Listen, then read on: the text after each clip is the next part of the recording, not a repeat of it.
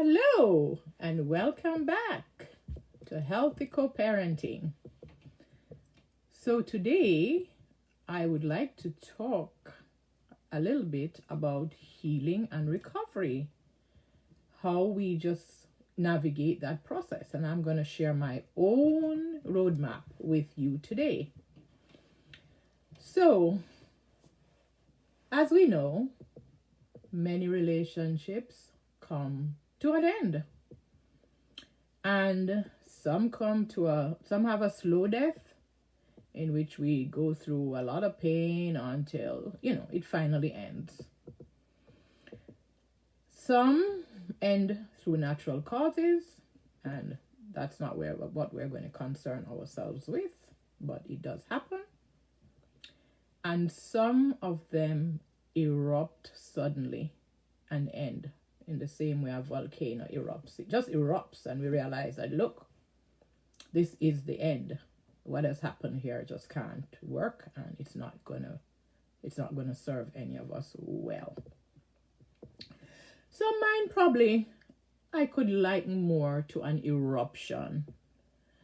Looking back, I can't say that they may not have been signs that I didn't read, but maybe I didn't have the skill sets and the life experience. After all, I was around 30 years old at the time, and we build life skills as we mature, and some of them we develop, like emotional intelligence, through our life experiences. So, I'm going to share with you my coping mechanisms, a bit of my healing process, and a few examples of situations that I personally observed in my own family circle that didn't serve the individuals well and may have left a legacy of pain behind. So, how I got through my process? Well, first of all, as I've said before, my children were young. And I remember working because it was a hurricane year. So I remember I was on maternity leave. So by the time it got to the end of that year, I made a decision, tough as it was from an economic point of view, that I needed some time off for my own emotional recovery while I nurture these children. And I know if I had continued to go out to work every day, I would have suffered a deficit that would have it would have nullified the parenting experience that I wanted to have with my children. I felt that so strong in my spirit because I know my emotional capability and I knew what it was at that time. So by the end of that year, I was no longer working. I had to find little alternatives to earn income. So, as I said before in other segments, I was fortunate to have had a rock solid group of extended community, friends and family members. And I thank them then, and I still can't thank them enough for this up to this day. So that was my source. That was my rock solid foundation on which I could lean. My parents were still alive, and I'm sure my mother was praying nonstop. And I felt more love at this period in my life, more palpable love than I had ever felt in my entire life. So the love was radiating from 360 degrees. It's like I was encircled with love. And many people didn't have that experience. But for this, I'm eternally grateful because I could feel it. I just felt that love. And it kept me floating. It uplifted me. So I can never underscore the importance of that kind of support. also built an important friendship during that time. There's a colleague who I had met at work, and we became knitted together because I was pregnant and she had just come back from maternity leave with her last child. And we built this friendship. We lived in the same neighborhood, and I remember she would constantly be on the phone with me, encouraging me spiritually. That was her go-to. She was constant. It was constant spiritually and encouragement. And I remember there was a Saturday evening prayer meeting she used to go to, which was held by a man called Uriel Salmon. He was an accountant by profession, but he was a lecturer in the Department of Management Studies at UWI, Mona campus. And I would go there with her every Saturday whenever she picked me up and she took me. And this again was a huge source of strength, because he would pray over every single person before they would leave. And I just really felt God's protection from these experiences that I'm sharing. Again, it felt palpable. And I am going to share one thing. I'll share one. So I remember it took a long time for my second child to be blessed, because her father just kept putting blocks in the way, whatever it was. Anyway, one of these family friends, she just decided that, you know what, she was going to set the date at the church and whatever. And she did. She did everything for me. And it happened. Anyway, I remember the night before the blessing, and I'll never forget this night. The night before the blessing, I was lying down in the room with my children, and I had got up to heat a bottle of formula for the younger one. And I fell back asleep. Every tired mother knows that that happens to you. And I fell back asleep. And when I fell asleep, I felt the palpable presence. It wasn't a physical presence. It was a palpable presence of someone, almost like they're whispering to me to say, get up, the bottle, the bottle. And when I went into the kitchen, the bottle had broken, the milk had spilled over into the pot, and had I not gotten awake, there would have been a fire in the kitchen. And I acknowledged that at the time as an angel, sent straight from heaven. I still believe that, and it was one of my first encounters with angels, and I've had others since then. So at this time, I felt this huge spiritual protection, because I know there were prayers on all sides coming in for me. So I will never underscore or never not acknowledge the power of prayer and faith at this time in my life. And it definitely has impacted me. And even now, that faith has helped to carry me on and to help me to build my emotional strength. But not everybody has that life experience, right? Some of us go with excesses, that are a little destructive. Men and women, not just women. So some go into drugs, some go into alcohol, some go into pornography, But the point is, recovery and healing and recovery in that order is the right choice and the right pathway. Also, I want to say there was a fellowship that I got introduced to at the time it was then called Women's Aglow. It is now known as Aglow Fellowship. I don't know if it exists, but it was a women's fellowship then that was held once a month. It was held in one of the hotels, and it was like, I think, an evening prayer meeting with a light meal. And again, I went there, and I would often get a lot of spiritual food. So maybe I could say my healing recovery was prayer and faith. And it truly was.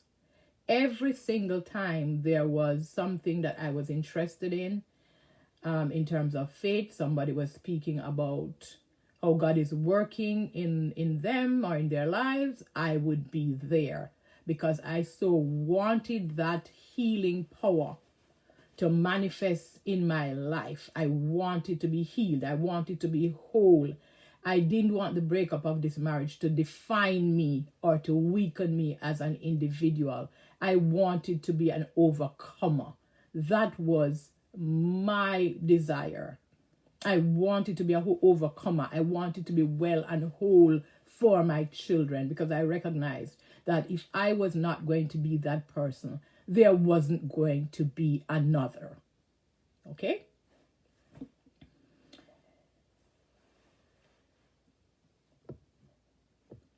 So luckily for my time, there was no social media. None at all. So here are a few tips for anyone who is struggling right now with contemplating a breakup, having negative emotions about what's happening in our relationship, or who already had the breakup. Stay off of social media completely. It's not serving you well. It's not going to benefit your growth or your emotional strength or your healing process if you're on social media discussing what should be a private matter that you should be handling with professional intervention or a circle of confidence who can guide you in the right direction. When you have your personal life on social media, especially if you are putting the negative out there, all you are doing is undercutting your own growth, leaving a foothold for others to dig in and to take sides. Taking sides does not help your healing. It does not help your growth. In fact, that was one of the positive things about the people around me. They were absolutely non-judgmental, with a few exceptions of people just taken aback by the lack of provision and care in some cases. But otherwise, there was nobody ripping anybody else apart, because that doesn't serve us well. And that only adds more animosity to the situation. It is not a self-esteem building process to be out there demonizing each other or throwing out your mess into the open. So that should not be done, and it should be totally discouraged at all times.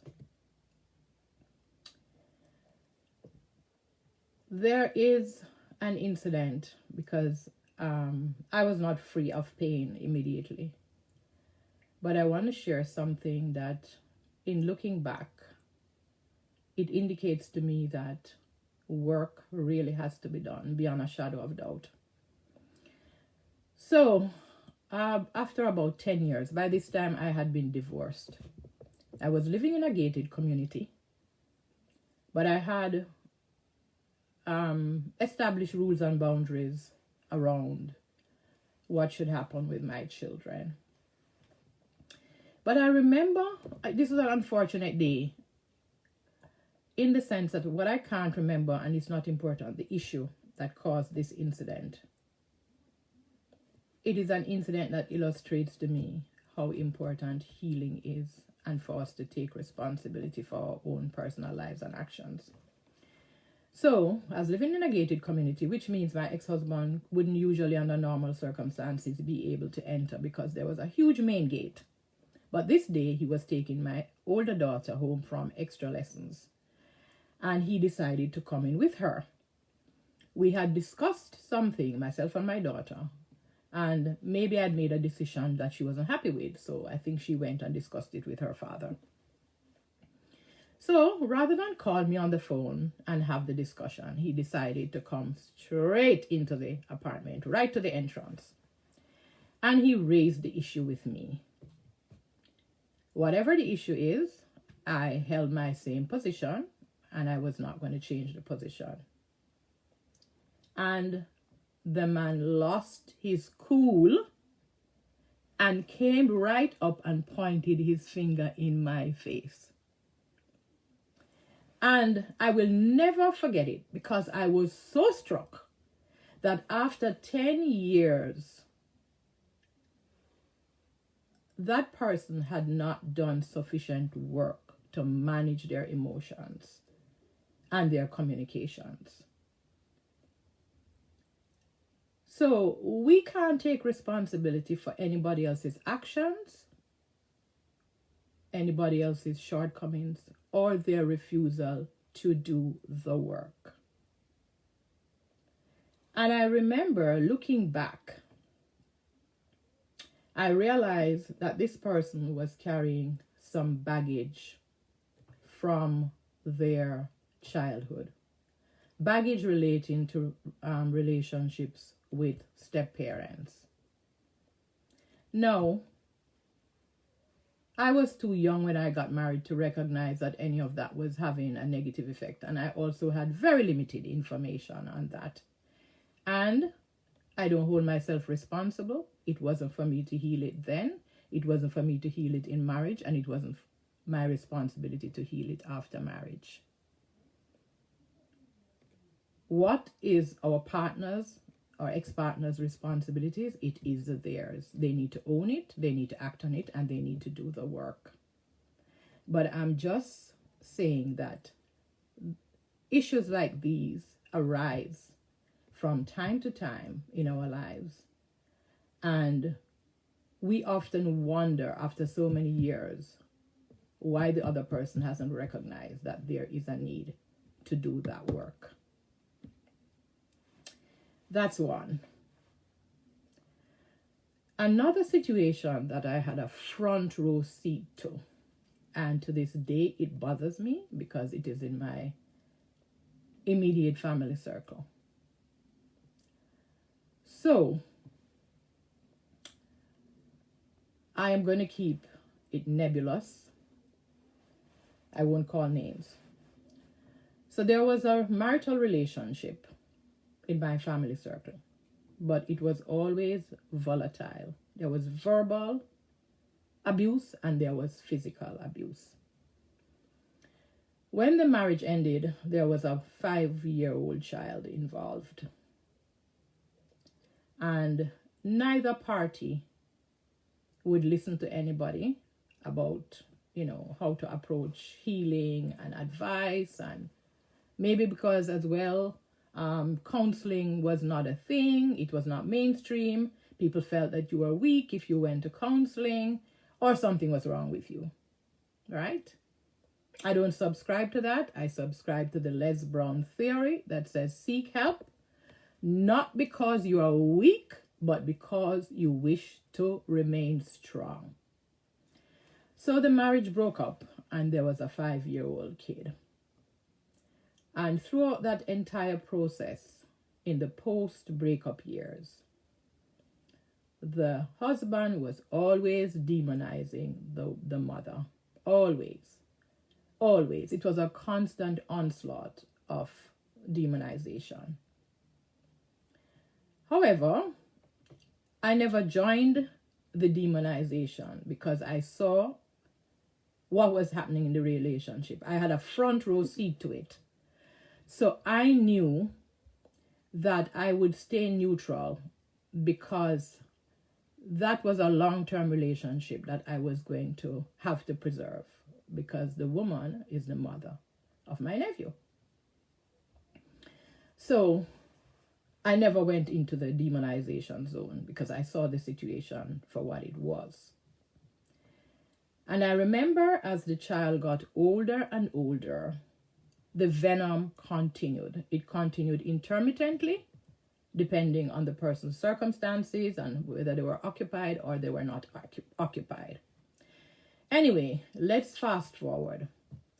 The point is, sometimes as parents, when we do not deal with our own pain, we leave a legacy of pain for our children. And this situation that I'm sharing today is one like that. That over the years, the person has tried to make himself out as the hero to the child, and everybody else is a villain. And that might be okay when a child is a teenager, But whenever a child is now going to be raising a family of their own, they have inherited dysfunctional conflict resolution. They have inherited dysfunctional problem solving. They have inherited demonizing and name calling of the other person when something goes wrong or because things have gone awry. And so instead of moving into your own marital relationship, which has its own communication struggles that you have to work through on a daily basis, this person went into the marriage hauling baggage, hauling luggage of pain that he had been fed from a father. It has been disempowering. It has hurt his self-esteem. And it means that he has to do way more practice work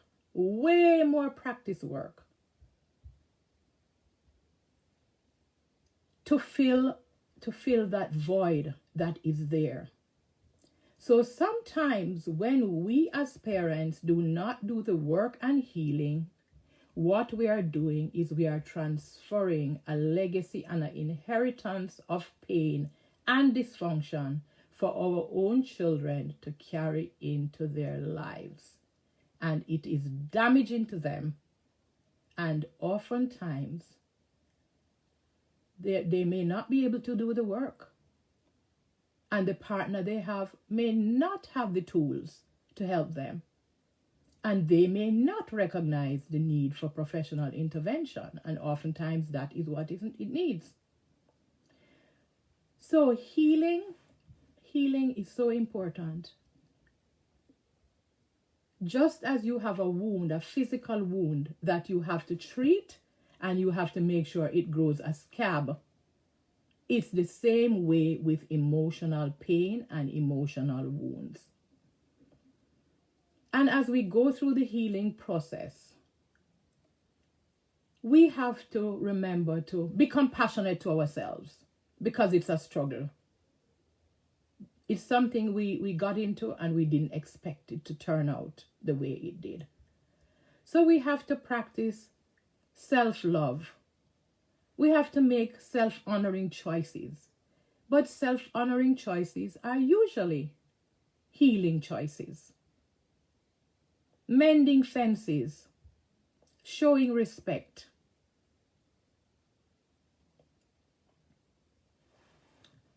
Constantly doing whatever is necessary to uplift ourselves. Get distracted. Do a course. Dare to dream something. Dream big. Dream again.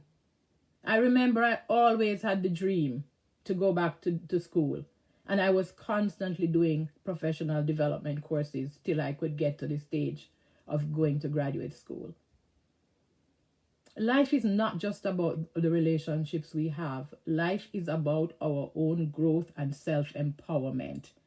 And we have it in our grasp to empower ourselves. Disregard all negative energy. It doesn't matter where it comes from. It is never going to serve you well.